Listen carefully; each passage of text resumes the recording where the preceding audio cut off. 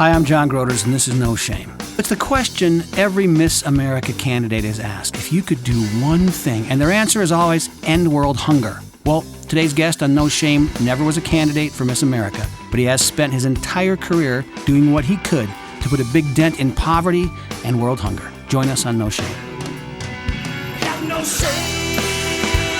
No, we are not afraid. No shame. On the gospel of his name. It's the power of God by which we all are saved.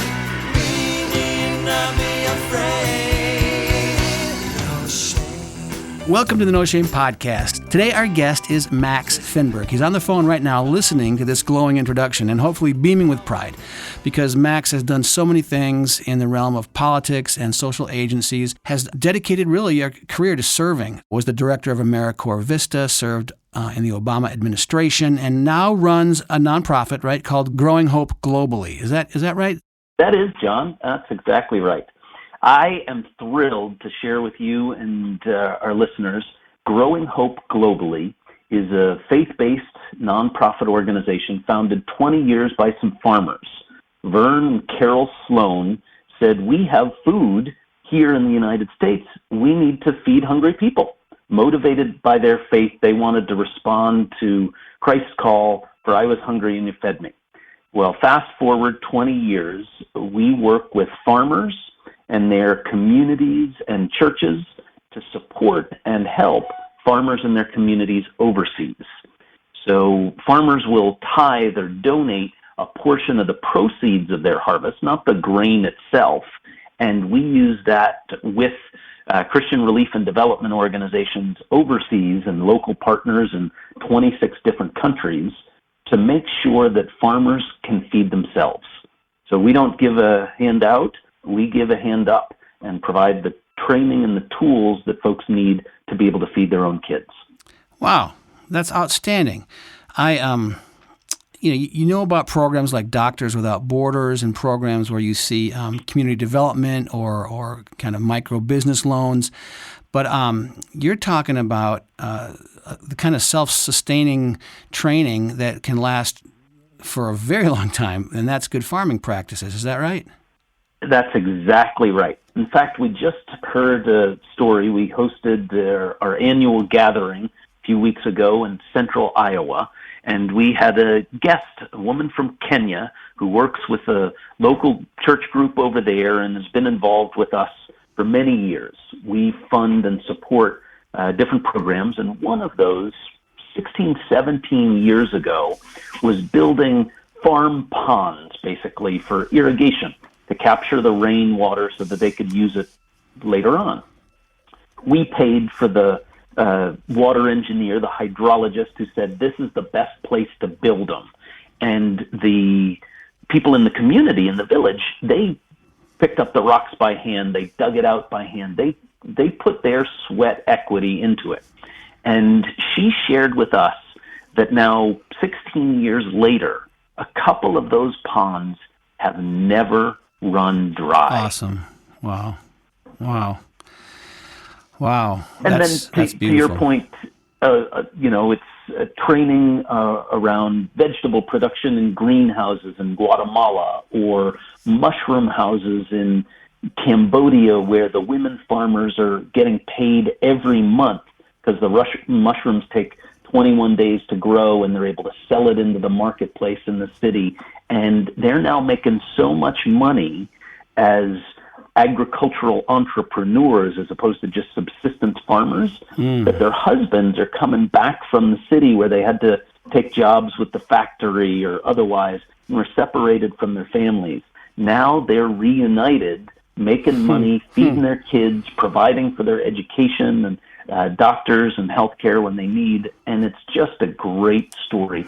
All of it supported by farmers, rural churches, communities coming together to give their equivalent of 5 loaves and 2 fish together that is multiplied and makes such a huge life-changing difference in people overseas. So what was the learning curve for you, Max, when you got into agriculture? Did you know much about agriculture? Not at all. I never grew up on a farm except for about a year when I was 4. Mom and Dad lived on a little farm in a town called Bovina. There were a lot of bovine animals around, but we didn't have any of them. We had 2 pigs. One was called Pork Chop, and the other was called Bacon. That's the extent of my farming experience. But I grew up in a small town, and in a small town, the community comes together and does what it takes to help their neighbors. And so my interests, my calling that I feel God's put on my life is helping hungry folks. So I read Scripture as a teenager and read that passage in Matthew 25 where Jesus says, "For I was hungry and you fed me." And, well, God, when was that? Well, it's when you saw one of the least of these. And that's what was and is the foundation for me to want to make a difference with hungry people, both here in our country, in the United States, as well as around the world. And that's led me, as you said, to many different jobs in government and out of government, all with a focus on how can I help hungry folks. And that's led me to agriculture, but agriculture is secondary to me and not something I grew up with. Let's talk about hunger for a moment. Have you ever been hungry? Not that I remember. Mm-hmm. When I was a toddler, Dad was unemployed for a time in between jobs, and we were on food stamps, or what's now called the Supplemental Nutrition Assistance Program. So I don't remember that, but I was in a place that about half of all Americans are, where they were on food stamps at some point in their lifetimes. Yep. I've traveled to the developing world, and I've never been poor like that. I've never had to watch my kids die because I couldn't feed them. Right. But that is the motivation. Right. I don't want that for anybody. I love to eat. I enjoy food. Right. I want that for others. I have 2 kids, and I want them to thrive. I want the best for them. And I'm, thank God, able to feed them.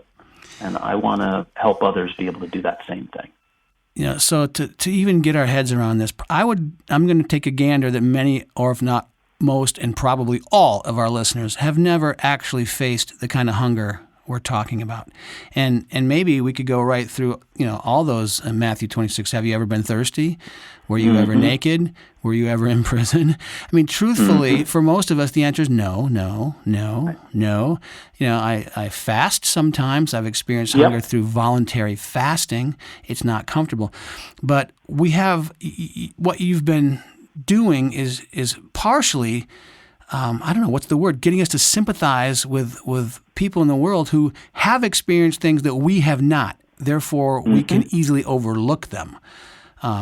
It's not been my experience. Yeah. Jesus did an amazing job in helping us draw a bigger circle of who was family. Right. Of asking that question and responding to it the way he did of who's my neighbor? Who do I really have to love? Right. Well, it's somebody who's different than you. Right. He didn't have the experience of being a Samaritan. Right. Neither did the guy who helped him. So all of that to say that Jesus asks his followers to care about people who haven't experienced oppression or injustice or need or want. He asks us to love people who aren't like us. So the easiest thing to do is pretend they don't exist. Isn't that kind of our fallback? Correct. And in, suburban U.S. or our churches, we are so removed and segregated from people who have real needs, even if it's just down the road, even if it's in our own community. Right. We have millions of Americans who are hungry. They're not starving. And that's the very real difference with global hunger and poverty, where you could starve and you could die because you didn't have enough to eat. Here in the United States, there are a lot of people who struggle to put food on the table, but their kids aren't starving to death. What is the global situation? I mean, it changes. There's famine seasons. There's been devastating floods, I mean, we're recording this right now. It's late September of 2019, and can you kind of give us an overview of the situation? I mean, it's kind of a broad question. I apologize. I can't expect you to cover all the continents, but paint the picture for me about hunger, particularly globally. Yep. There are more than 820 million of our brothers and sisters who don't have enough to eat, who are food insecure, which is just a technical term for not being able to have enough adequate food and nutritious food for a regular diet. So that might mean it's one meal a day instead of 2 or 3. That might mean that they don't get the micronutrients, the nutrition that they need, especially in the first 1,000 days of life from conception to their second birthday. If you don't get the right vitamins and minerals, protein, your brain doesn't fully develop. Your body doesn't fully develop. You'll never be tall. You'll never be fully able to do all of the cognitive functions, all the brain needs to do without that. So that's a part of the picture. In a subset of that are facing starvation, famine. We have very technical ways of defining that. So you're right, that crops up whether it's in Ethiopia or in Somalia or in South Sudan, those kind of places where people are dying left and right because they don't have enough food to eat. Right now, the only reason, well, we have done an amazing job of helping people escape from extreme poverty and hunger. And the best way of doing that is helping them get a job, both here in our country as well as overseas. If you have a job that pays enough so that you can buy food, you know what? You will. And you'll feed your kids. Yeah. And that's human. That's universal. But when you don't have the ability to earn an income as a farmer or otherwise, then trouble starts. And as you remember from school way back when, the Maslow's hierarchy of needs, the pyramid, you got to have food. You can't build on top of what you don't have. It comes even above cable TV, I believe, if I remember my lessons I right. think just a slight bit above internet, yeah. So right now, the situation is getting a little worse because of two things primarily. Conflict, fighting, civil war, war, conflict, things like that in a place like Syria or Yemen or the Democratic Republic of Congo. And the other big one is our changing climate. And droughts are more frequent. Or when the rain comes, it's so intense it causes flooding. Or all hurricanes. I mean, what we just saw in the Bahamas is much more common than it used to be. And it's hard to feed yourselves when everything is destroyed. So in terms of the picture of global hunger, we've made great progress, even as the population has increased over the past 2 decades since, let's say, I graduated from college in 92. We've made great progress. Millions of people have had the shackles broken, and they're free to be able to feed their kids. But we're starting to see slippage with that because of conflict and climate change. Yeah, the world came together a number of years ago to say we should end hunger by the year 2030. So just over 10 years from now, 1 decade. We have the food, we have the technology, we have the know-how. We can feed everybody on the planet.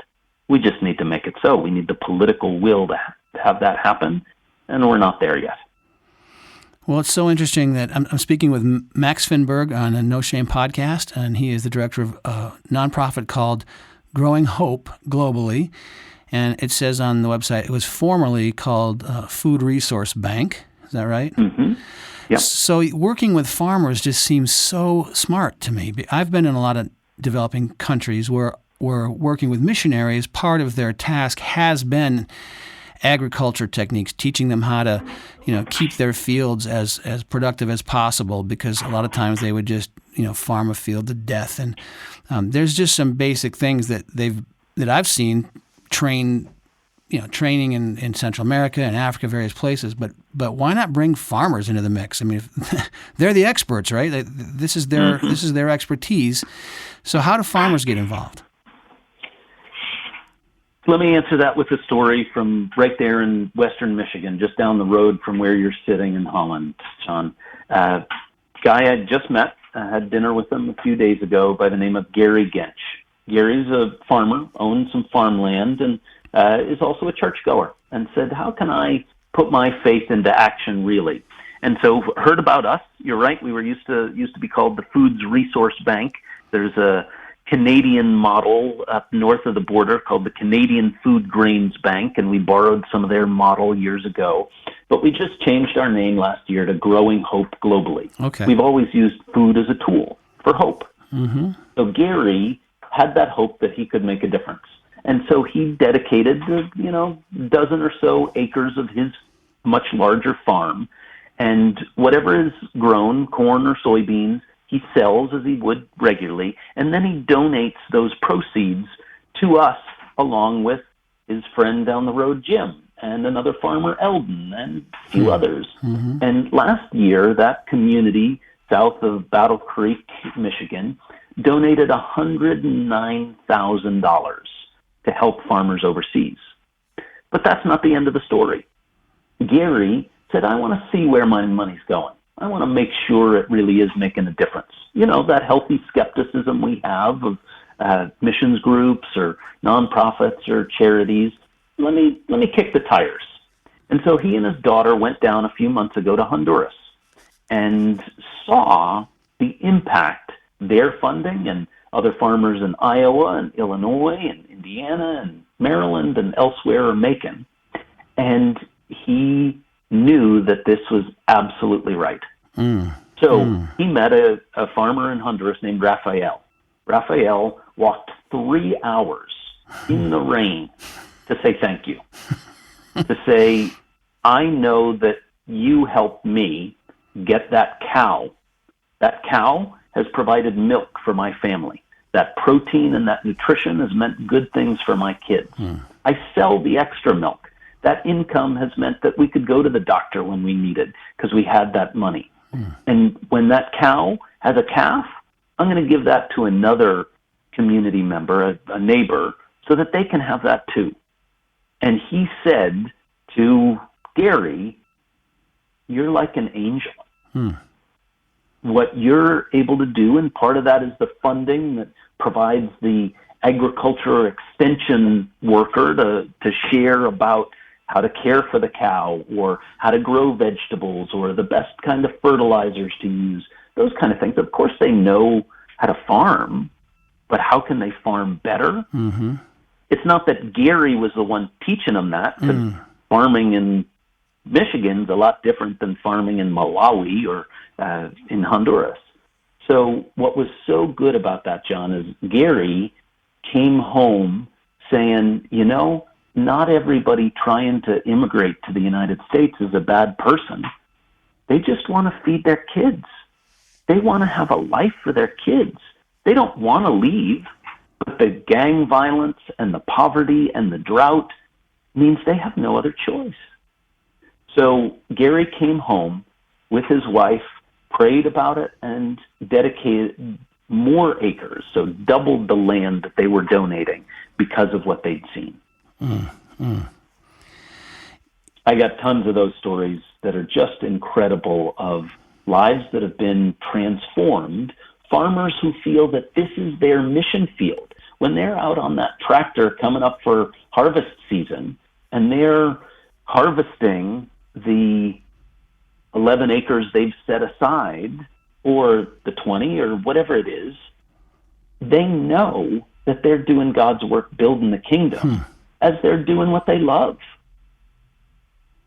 That's such a biblical model. There used to be a practice amongst the Jews that you kept the corners of your fields for the poor. I'm trying to remember what the word was. I think it was the wings.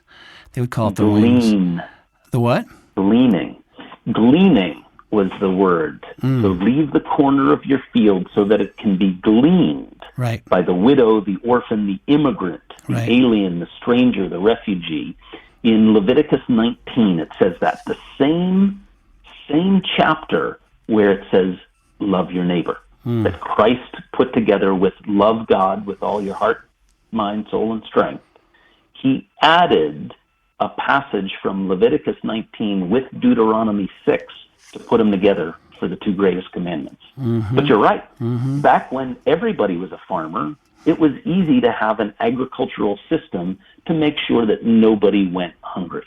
You might not be rich, but Ruth was an immigrant, was a stranger and a foreigner in a foreign land with her mother-in-law, Naomi. She goes out picking barley in Boaz's field and winds up the great-grandmother of King David, all because people took that commandment seriously. But again, fast forward to 2019 in the United States, agriculture is mechanized. Agriculture is a very different thing, so you can't just go to a field, pick some corn, and be able to eat. So you're absolutely right. Growing Hope globally is a modern representation of following that command in a way that makes sense for our context. I love it. My daughter and son-in-law have become farmers. Neither of them grew up anywhere close to a farm. I don't think my daughter could have grown a flower and because of my influence. But she and her husband, Zach, are making a go at farming and bringing in refugee foster kids from all over the world and kind of combining a life and a ministry into one thing. And I've seen how hard the work is. I mean, if there's one person in this world who doesn't get a day off, it's the farmer. You can't ask the cows and the pigs and the sheep to not get fed today. I mean, no matter what. So I have a ton of respect for farmers. You and me both. Farmers have an amazing ability you can't survive if you're not a Renaissance man or woman. You need to be an engineer. You need to be a mechanic. You need to be a financial analyst for world markets. You need to be a meteorologist. You need to be a soil scientist. You need to be an agronomist. Farmers are incredible people who take unbelievable risks because ultimately they put the seed in the ground. It dies, but God's in charge, and they know that more than most. They don't just flick a switch and control their environment and, make a couple decisions and it's all in their hands. So deep respect for your daughter and son-in-law, and I would love to talk with them and anybody else who is a farmer or has some land that they'd be willing to put into production to donate to benefit other farmers who are trying to just make a living as well. The world connection too, in my own family. So we have, I've granddaughters with their daughters from the Congo, from Eritrea, from Ethiopia. We've got some that have come from Honduras. And you mentioned in passing the gang violence, and in Honduras particularly, some of those cities and streets are just almost unlivably unsafe. What's your perspective on that? Correct. I mean, Honduras has the highest homicide rate in the whole Western Hemisphere. It's a really dangerous place. It's not you might get broken into. It's you might lose your life. Yeah. But I was just in Guatemala a few months ago with one of my colleagues and a few of the folks we take on trips to see what they're helping to fund. And Juana was the woman I met, whose son Andres was a little kid who wasn't malnourished like half of the other kids around, because that's the statistic in Guatemala. More than half of them are stunted and malnourished and will never live to the fullest of their potential. Well, Juana has a greenhouse that she built with her own hands with her neighbors. She provided the lumber. We provided the plastic and the guy who knew how to build them. She's growing vegetables to feed her son Andres. And so she and her husband make enough income selling them in the market that he didn't have to leave. He didn't have to migrate to the U.S. to send money home so that his kids wouldn't die. And even more connected, Guatemalans or Hondurans or take your pick, Sudanese or Syrians, they don't want to leave home. They love home. It's Right. where their roots are. It's where their culture. But when you're faced with the choice of live or die, you'll do anything to live. And so it starts when poor people in the rural areas can't eke out a living from farming, so they go to the cities. Well, there aren't enough jobs in the cities, so what do? Anything they can to survive. So the key to migration and the situation that we're confronting now is if we make it possible for them to stay in Honduras and Guatemala and El Salvador and around the world, they will. Mm-hmm. Mm-hmm. Only 1% of refugees make it to places like the U.S. Most of them are in their own country or the neighboring country. So it's unfortunate that gets all of the attention, but as you know, because of your family and because of what your kids are doing and adopting your grandkids, well, that's exactly what Jesus wants us to do. Take them into our homes. But if you're not able to do that, well, help them stay in their own homes. It is what they want, and at least in my discovery as well. If we can come alongside for a season, and maybe it's through a chainsaw or a cow, or maybe it's through some agricultural wells that, like you mentioned, were dug that have left irrigation for 20 years. I mean, that's really long term, and like you said, you can evaluate it. Nobody wants to waste time, resources, or money. Nobody wants to donate to a charity and then find out that 80% of it went to administration. That's good stewardship. So programs like Growing Hope Globally that are specific and monitored and those kind of things that make a real difference. I mean, we do have to defeat some skepticism because there have been abuses. So how do you do that? By thanking you for helping us get the word out. We are a 4-star charity by Charity Navigator 4 years in a row, so folks can feel like we are doing what we say we do. We only work through partners. So on the ground in a place like Guatemala, we're working with the Council of Evangelical Churches of Guatemala that is also partnered with Church World Service. So we have assurances that it is getting where it's going. My colleague just got back from Rwanda and Kenya visiting. We have a trip coming up back to Guatemala after Thanksgiving. If folks want to see what we're doing, we'd love to have them see it. We have nothing to hide. Right. And we have a higher authority of wanting to be good stewards to what God has given us, not bury it, but rather have it multiply. And so we're able to keep our costs low. We have a very small staff, a lot of volunteers helping out, farmers, talking to other farmers. But again, you can feel assured that your donation is getting to where you want it to go. So our growing projects, as they're called, are able to determine which program overseas they want to fund, which is great. You can direct it that way. It's not like sponsoring a child, but it's very direct. And finally, we'd be happy to have you join us on a trip. So we're, again, nothing to hide. We're very pleased with our, unconditional audits we've gotten forever and a day, with the ability to say to folks, it's not we're sending food and that's rotten on the docks. Right. We're providing the training that can never be lost. We got one example from Kenya where a community where we'd worked in had gotten training in agricultural techniques that they wanted, not that made sense for us. And the community was hit by a flood, and their homes were wiped away. In the camps, as they were starting to rebuild, they were so better organized than the neighboring community that was just waiting around for when the food was going to be delivered to them.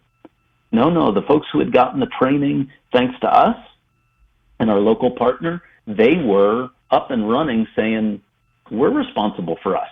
We got to make it work. How much of your life, Max, is on airplanes now? Are you doing this travel to these places fairly frequently, or how does it work for you? Some. I have a great team, and we're spread out all over the country, mostly in the Midwest. So Farmer's Daughter there in Harlan, Michigan, covers Michigan and Indiana and Ohio, but she's also lived and worked abroad in development in Africa and Asia, so she covers our Asia programs too. We have a guy, a pastor's son, a Lutheran pastor's son, who served in the Peace Corps in West Africa. He's based in Illinois, covers all our stuff in Illinois, but also he's the one who just got back from Kenya and Rwanda, and he does our Africa programs. And then another pastor's son in Kansas City does Missouri and Kansas as well as part of Iowa, and he lived and worked in Dominican Republic and Haiti, and he covers our Latin America programs. And then we got another guy out in rural western Iowa, and he used to be a dairy farmer himself, knows it well, and he's working with these growing projects in Iowa, in the Dakotas, in Nebraska, and Wisconsin, and we got a great team. So I've been once. I just started exactly a year ago, went down to Guatemala to see it. But yes, as I mentioned, just got back from Michigan. I'm heading to Illinois in a couple days, and then Kansas. Going to talk to some students at Kansas State University to get them inspired and excited about this. And travel here in Maryland and Pennsylvania. We don't have as much on the East Coast, but have some. And we're always looking for farmers with big hearts and people who want to help to be able to continue to expand. Speaking with Max Finberg, and he is the executive director for 1 year now of a nonprofit called Growing Hope Globally. Just the mission statement, if I can just read it, I'm going to read it. As a Christian response to hunger, we link the grassroots energy and commitment of agricultural communities around the world with the capability and desire of smallholder farmers in developing countries to grow lasting solutions to hunger. And I want to link that a little bit to your autobiography, if we can go there for a minute, Max. Would you mind just helping us get to know you a little bit better, where you come from, and then maybe what you've been doing for the last 20 years of your life or so? Happily. Thank you, John. And again, thank you and your listeners for allowing me to share this story and invite them to join. So, as I mentioned, I grew up in a small town in upstate New York in the Catskill Mountains. Dad was raised Jewish, Mom was raised Presbyterian and Unitarian, and they were hippies when I was born. I lived on a commune. They went to Woodstock 50 years ago, and so religion wasn't important for them. But fast forward, as a teenager, I had the chance to go to Israel as the birthplace of both sides of my heritage, thinking maybe there's something up there, but I don't know.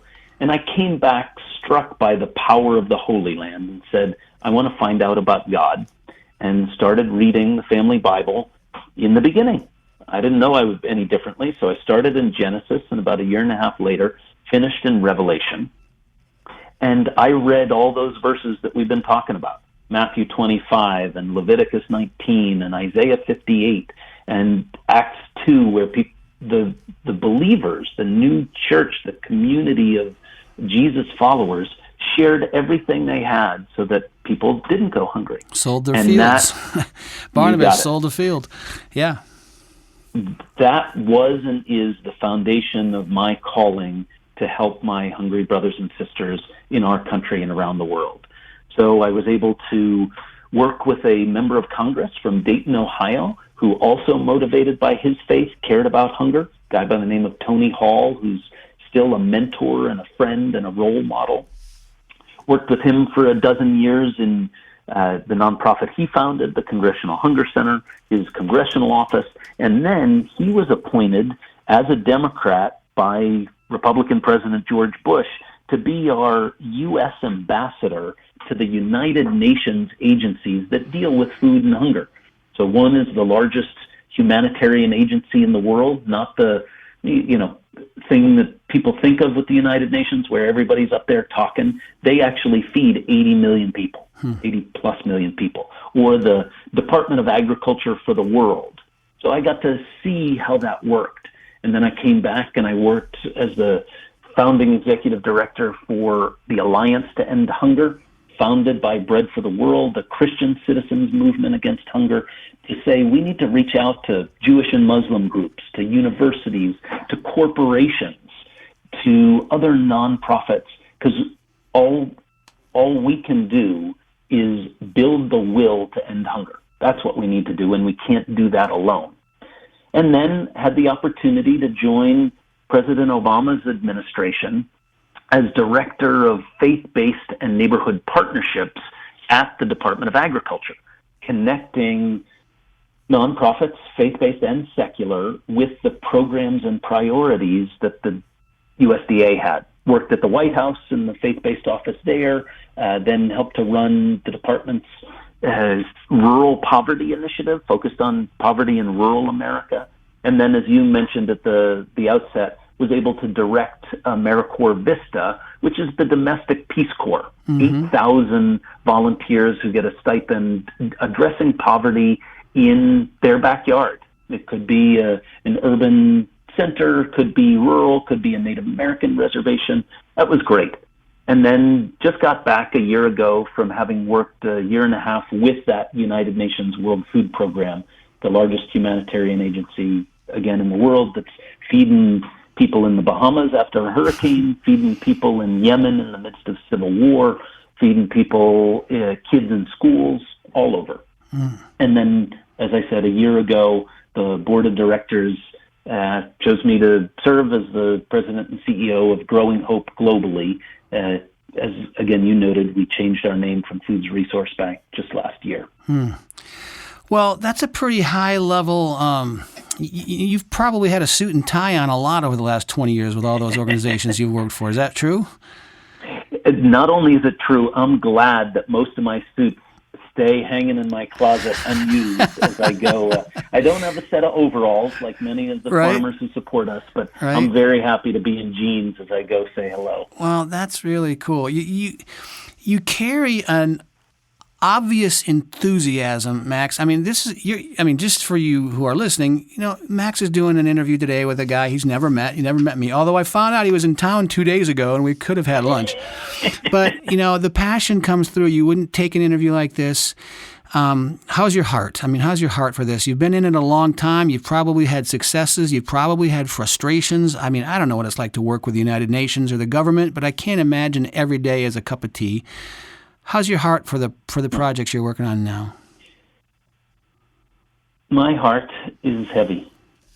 820 million brothers and sisters who can't feed themselves or their families.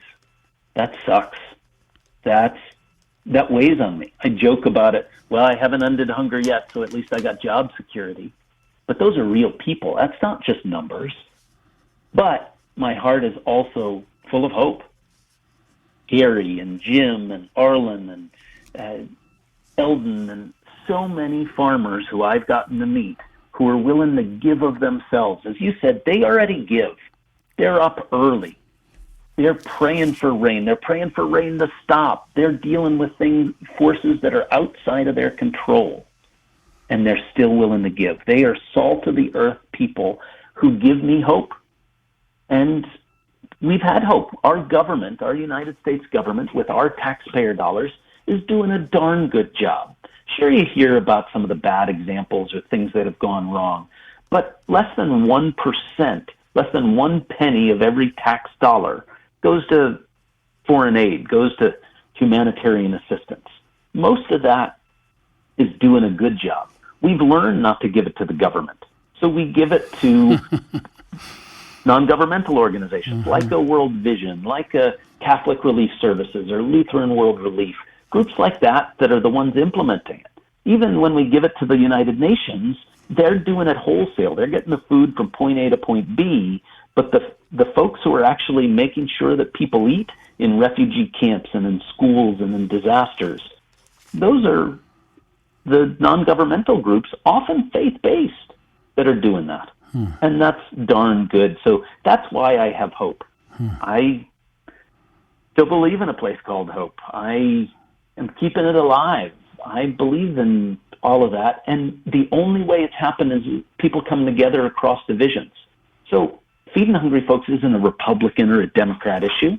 It's not a black or a white issue. It's not even a rural or an urban issue. We can all do something. We can't do it all, but like that little boy who said, I got a few pieces of bread, I got a few fish, and what happened? Thousands of people were not just fed, they were satisfied, and it was overflowing. If we would just learn to share a little bit of what we have, God has made enough, and we could make sure that nobody goes hungry in this world of ours. You know, I would encourage our listeners to fast for a day. You know, it's not really fun. There's nothing I really enjoy about the discipline of that, except what you just said. There's 820 million people that aren't doing it voluntarily, and if you go without food for just a single day and take note of how you're feeling, and then you read Matthew 25, verse 35, you know, I was hungry. I mean, Jesus has separated the sheep and the goats in this parable, and it comes right after a couple of other parables, which are all about personal responsibility. So it's not fair to just say Jesus is just about handouts, because he just told us about the parable of the talents. He just told us about the 10 virgins, who in each case we have a responsibility. And then he follows that up with this massive thing. And I just often ask myself, what am I going to say when did I feed the hungry? When did I give the thirsty something to drink? The one that's hardest for me is, when did I visit you in prison? Because I'm terrible at that. But these are great questions, and the point isn't to bludgeon us into some guilt, but it's to open us into the abundant life. It is awesome to I mean, those stories that you just told me about irrigation ponds that are working, about farmers from the Midwest who end up, visiting, and a guy walks 3 hours in the rain to say, you have changed my life. I don't think those end up feeling like sacrifices for the Christian people who, out of motivation to serve God by serving their neighbor. I know I'd love to get those guys on this program and say, what did that experience feel like for you? You tell me what they would say. What would they say? They would say, and I'm not going to put it in my words. I'm going to put it in Arlen Shipper's words. Arlen is an Iowa farmer from Conrad, Iowa, who said, working with my growing project gave me peace in my soul, knowing I can make a difference. Arlen had a dream years ago, had a vision from God that he's there at the pearly gates, ready to meet his maker. He's standing in line. By his own admission, he's a big Iowa farmer who's never missed a meal. Standing in front of him is a kid who's starved to death. And he woke up from that dream and he said, I have to make a difference. I have to do something. I'm a farmer. I don't like putting on that suit and tie. I like my overalls. But when he's in his tractor and he's doing this for God, that's his mission field. Right there in Moline, Michigan. So again, just down the road from you is a wonderful woman, Lorraine Salmon. She works with Nutrient Ag Solutions, so providing the fertilizer and seed and input and others that farmer needs. And her quote is, it hasn't been possible for me to be a missionary overseas, but this allows me to serve right where I am and help others. Well, if you're a disciple, and that's one of your goals, I mean, that the core of being a disciple would be the Word of God, would be prayer, would be serving, and would be sharing. And those things do lead to peace in your soul, like Harlan says, and Lorraine. Max, thank you for what you're doing. Thank you for giving us the specifics today. I really appreciate that. One, you gave us a sense of scale with numbers, but you've really told us human stories, personal stories, because none of us are a number at the end of the day. We're folks that are either hungry or not hungry, walking in the light or walking in the dark. You have been well equipped for the work. You have had an amazing career, and I thank you for what you're leading today in the battle against hunger and really the battle for the gospel.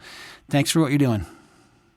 My pleasure, John. Thank you for letting me share and lift up those stories. Thank you to listeners who might go and take a look at growinghopeglobally.org and say, there's something there. And I'd love to talk with your your son-in-law and daughter about their farm as well. You got it. I'll put you in touch. All right. Thank you. It's Max Finberg, our guest today on the No Shame Podcast. Have no shame. No, we are not afraid. No shame. On the gospel of his name. It's the power of God by which we all are saved. We need not be afraid. No Shame is a weekly podcast where John Groders discusses life at the intersection of faith and culture with all kinds of interesting and inspiring guests. Subscribe to the podcast today by going to johngroders.com, select the podcast tab, and hit subscribe. Listen whenever you have time, but don't miss any of these life-giving conversations.